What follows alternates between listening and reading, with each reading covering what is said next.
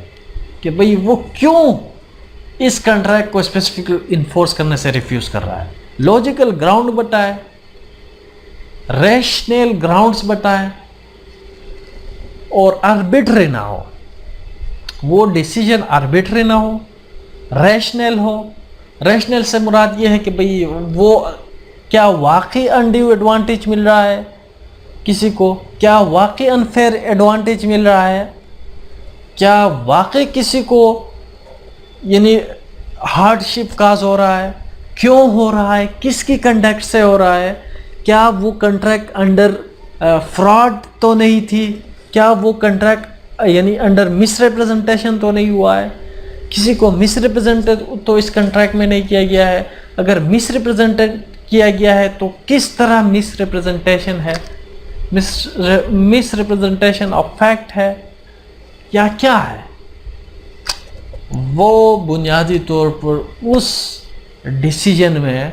Rational decision ہونا چاہیے. بنیادی طور پر اس سیکشن میں یہ بتایا گیا ہے کہ بھئی گراؤنڈز بتائے گئے ہیں کہ بھئی کنٹریکٹ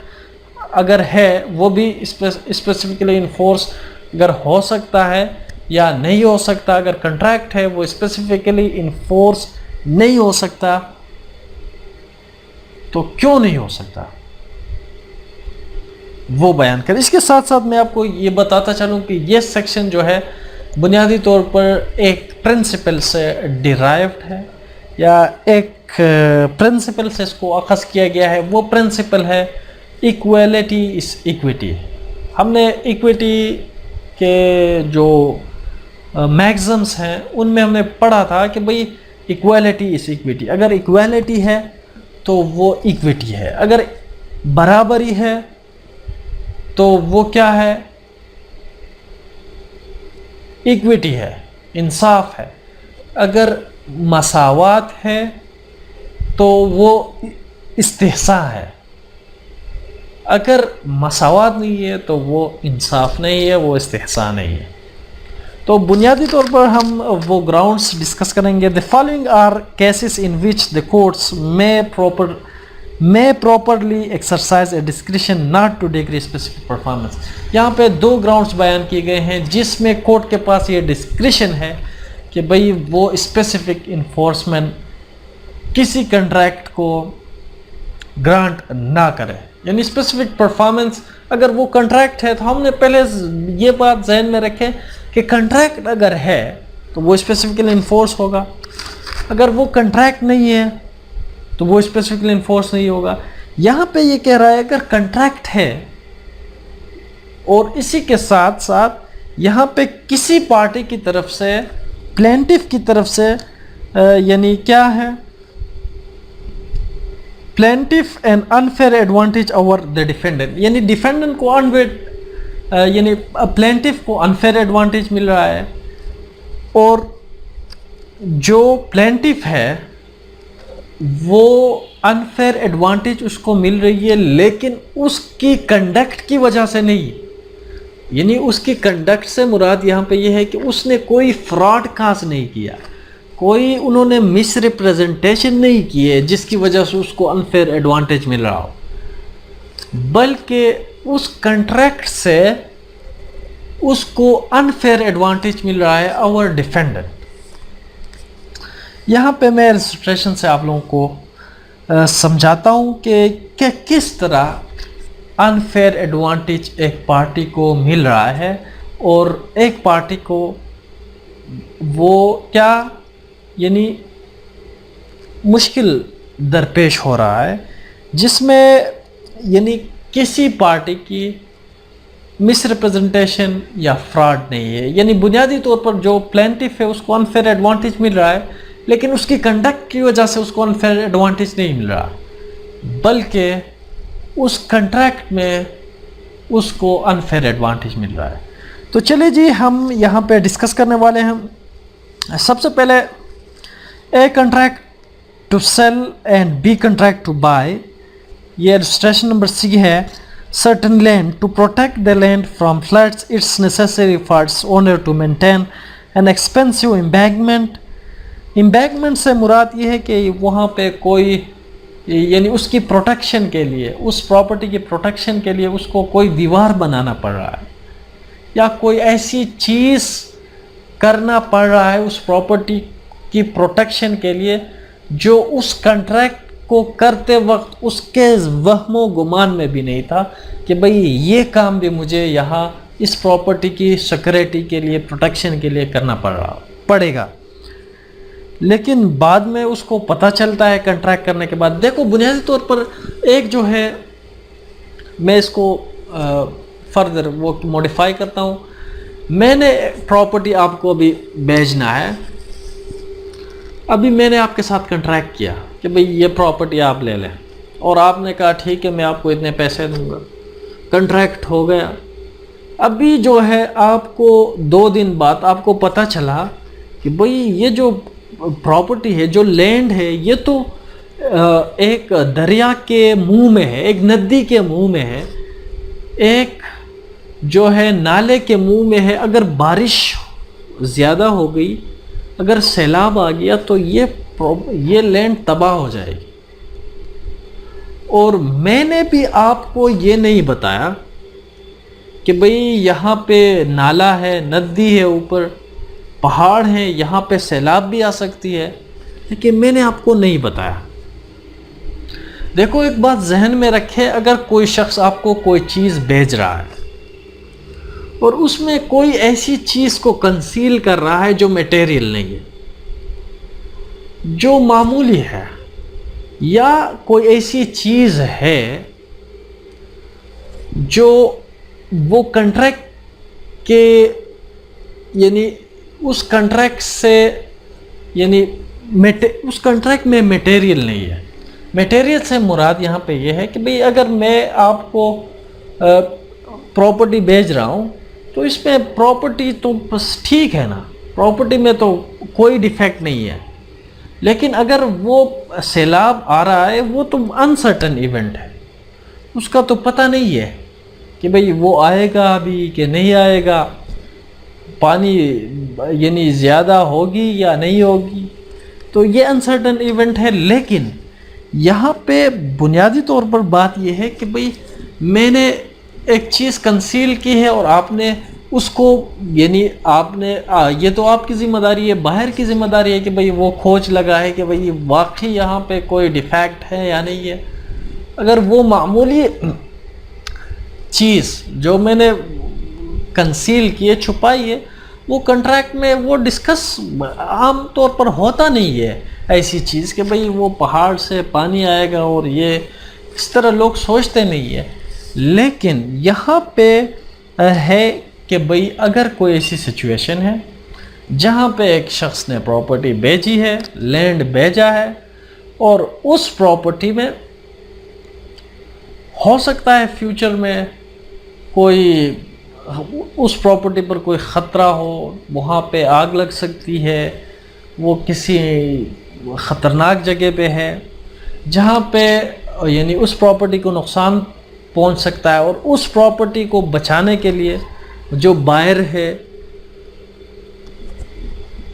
وہ اس کو یعنی مزید پروٹیکشن کے لیے مزید اس پر ایکسپینس کرنا پڑ رہا ہے۔ تو یہاں پہ بنیادی طور پر جو پلینٹف ہے an unfair advantage over the defendant، plaintiff کو unfair advantage مل رہی ہے، اور ڈیفینڈنٹ کہہ رہا ہے کہ بھئی میں کنٹریکٹ کو اس لیے انفورس نہیں کر رہا ہوں کہ بھئی یہ تو مجھے نہیں پتہ تھا کہ بھئی اوپر یعنی تالاب ہے، اوپر ڈیم ہے، اوپر جو ہے نالا ہے، ندی ہے، جس کی پانی یہاں پہ آ کے اس پراپرٹی کو تباہ کر سکتی ہے، جو ہے یہ بنیادی طور پر کہہ سکتا ہے، اور عدالت سے استدعا کر سکتا ہے کہ بھئی اس کی پروٹیکشن کے لیے مجھے اتنے پیسے اور خرچ کرنا پڑے گا، اس سے تو میں ڈوب جاؤں گا، یہ تو تباہی ہے، اس سے تو مجھے بہت زیادہ نقصان پہنچ رہا ہے، اور پلینٹف جو ہے میں نے آلریڈی اس کے ساتھ اس پراپرٹی کو اتنے زیادہ رقم دے کر خریدی ہے جو کہ اصل میں جو ہے یعنی اس ڈیفیکٹ کی وجہ سے جو اوپر جو ندی ہے، نالا ہے، یا کوئی بھی ایسی خطرہ ہے جس خطرے کی وجہ سے اس کی قیمت اتنی نہیں ہو سکتی تھی، اگر یہ ڈیفیکٹ اگر مجھے معلوم ہوتا تو بنیادی طور پر یہ سیکشن میں یہ چیز ڈیفائنڈ ہے۔ اس کے بعد جو ہے یہاں پر ایک اور السٹریشن ہے جس میں ایک شخص اپنی پراپرٹی آکشن کر رہا ہے، ایک شخص کی پراپرٹی آکشن ہو رہی ہے۔ ابھی اس شخص کی ایجنٹ ہی بیٹ کرتا ہے کسی تیسرے شخص کے بہاف پر، اس نے جو بیڈنگ کی ہے انہوں نے لو پرائس بتایا ہے، ممکن ہے انہوں نے لو پرائس بتائی ہو، اور دوسرے مارکیٹ میں جو بیڈر ہیں انہوں نے دیکھا ہے کہ بھئی جو شخص انہوں نے پہلے بیڈ کی ہے وہ تو بیچنے والے کا ایجنٹ ہے، وہ اتنے کم پرائس میں وہ کیا کر رہا ہے، بیڈ کر رہا ہے، ہو سکتا ہے اس پراپرٹی میں کوئی ڈیفیکٹ ہے، انہوں نے تو مارکیٹ میں دوسرے لوگ ہیں انہوں نے بیڈ ہی نہیں کیا، تو یہاں پہ اس شخص کے ایجنٹ نے کسی تیسرے شخص کے بہاف پر انہوں نے بیڈ کی تھی، اس لیے جو ہے اس کی بیڈنگ ہی کیا ہو گیا، اسی کو بھی ابھی پراپرٹی ملنی ہے۔ تو جو بیچنے والا شخص تھا انہوں نے کہا کہ بھئی یہ تو زیادتی ہوئی ہے، جو میرا جو ایجنٹ تھا اس نے بیٹ کیا ہے، جس کی وجہ سے دوسرے لوگ کیا ہوئے، ڈسکریج ہوئے، انہوں نے سوچا کہ بھئی یہاں پہ جو ہے اس پراپرٹی پر کوئی مسئلہ ہوگا، اس لیے انہوں نے بیڈنگ نہیں کی یا ہائی پرائس پہ اس کو آفر نہیں ہوئی اس پراپرٹی کو، اس لیے جو ہے یہاں پہ اس شخص کو جو ابھی جس کے لیے میرے ایجنٹ نے یہ پراپرٹی بیڈ کی ہے اس کو ابھی انفیئر ایڈوانٹیج مل رہا ہے، تو اس لیے یہاں کورٹ سے استدعا کر سکتا ہے۔ کورٹ جو ہے یہاں پہ اگر ایسی صورتحال ہے جس میں کسی شخص کو ایسے بیڈنگ سے کسی کو انفیئر ایڈوانٹیج مل رہا ہے اوور دا ڈیفینڈنٹ، تو پھر ایسے شخص کی بیڈنگ کو یعنی کورٹ کیا کر سکتا ہے، ریجیکٹ کر سکتا ہے، اور جو ہے کنٹریکٹ کو اسپیسیفکلی انفورس کرنے سے ریفیوز کر سکتا ہے۔ اس کے ساتھ جو ہے دوسری بات ہے where the performance of contract would involve some hardship on the defendant which he did not foresee۔ دیکھو where the performance of contract involves some hardship on the defendant which he did not foresee، جو defendant ہے وہ فارسی اندازہ ہی نہیں لگایا تھا کہ بھئی ایسی مشکلات مجھے یعنی سامنا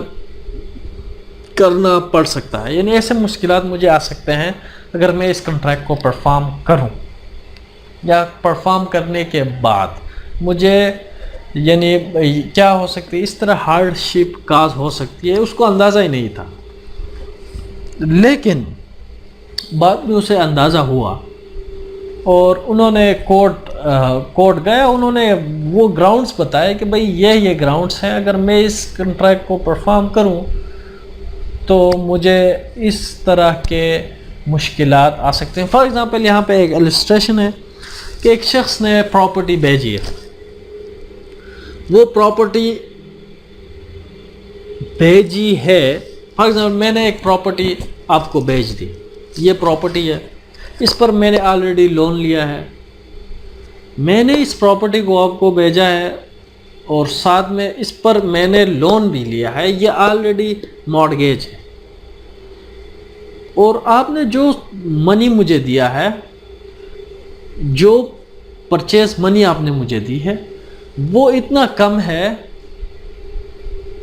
کہ بھئی اس سے جو ہے اس پراپرٹی پر ڈیٹ سیٹسفائی نہیں ہو سکتے، جو انکمبرنس ہے وہ ختم نہیں ہو سکتے، جو برڈن اس پراپرٹی پر ہے وہ ختم نہیں ہو سکتے۔ تو آپ کہہ رہے ہیں کہ بھئی آپ نے تو پراپرٹی مجھ سے خریدنے کا کنٹریکٹ کیا ہے، لیکن آپ نے مجھے پیسے نہیں، اگر پے کریں بھی تو اس پر جو ڈیٹ ہیں وہ خارج نہیں ہو سکتی، وہ برڈن ختم نہیں ہو سکتے۔ تو آپ کورٹ جاتے ہیں کہ بھئی آپ کہتے ہیں کہ بھئی یہ شخص تو میں نے اس کے ساتھ کنٹریکٹ تو کیا ہے، یہ میں ابھی اسپیسیفک انفورس، اگر میں اس کنٹریکٹ کو اسپیسیفکلی پرفارم کروں تو اس سے مجھے ہارڈ شپ کاز ہو سکتا ہے، کل کو اگر یہ جو سیلر ہے جو یہ پراپرٹی مجھے بیچ رہا ہے یہ پراپرٹی، تو اگر بینک آ کے اس کو یعنی اپنے ڈیٹ کے لیے اگر اس کو اگر یعنی سیل کرے یا فارفیٹ کرے تو پھر مجھے نقصان ہو سکتا ہے، مجھے ہارڈ شپ کاز ہو سکتی ہے. میں کس کے پیچھے اس کے خلاف مقدمہ کر کے کہاں پھیروں؟ تو مجھے یہاں پہ مشکلات سامنے آ سکتی ہیں، لیکن مجھے اندازہ نہیں تھا، مجھے پتہ نہیں تھا کہ بھئی یہ پراپرٹی کیا ہے، مارگیج ہے آلریڈی. تو یہاں پہ ایک شخص کو ہارڈ شپ کاز ہونے کا اندیشہ ہے، تو اس لیے یہ کورٹ سے کہہ سکتا ہے کہ بھئی میں اس کنٹریکٹ کو اسپیسیفکلی پرفارم نہیں کر سکتا، اور کورٹ بھی دیکھے گا اور ریشنل ڈیسیجن دے گا کہ بھئی واقعی یہاں پہ ایسی سچویشن ہے